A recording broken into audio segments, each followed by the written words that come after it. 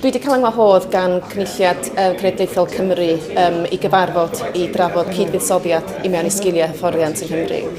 Mae hwn yn fater pwysig iawn i ni achos bod y diwydiannau creadigol yn awyddus iawn i gydfuddsoddi mewn i hyfforddiant. Byddwn ni'n cynghori'r Llywodraeth i ganolbwyntio ar lais y cyflogwyr.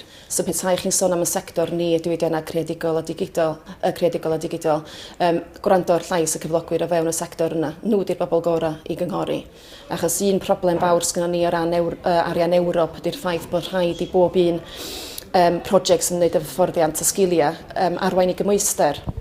Wel, mae cymwystera'n bwysig yn y sector ni, o gan amlau bobl proffesiynol dydy o ddim. Felly mae hwnna'n golygu dim arian ar gyfer hyfforddiant unigolion proffesiynol yng Nghymru yn y dyfodol. O ran prentisiaeth yn iawn, ond eto, 20 miliwn wedi cael ei glusnodi ar gyfer prentisiaethau arian Ewrop.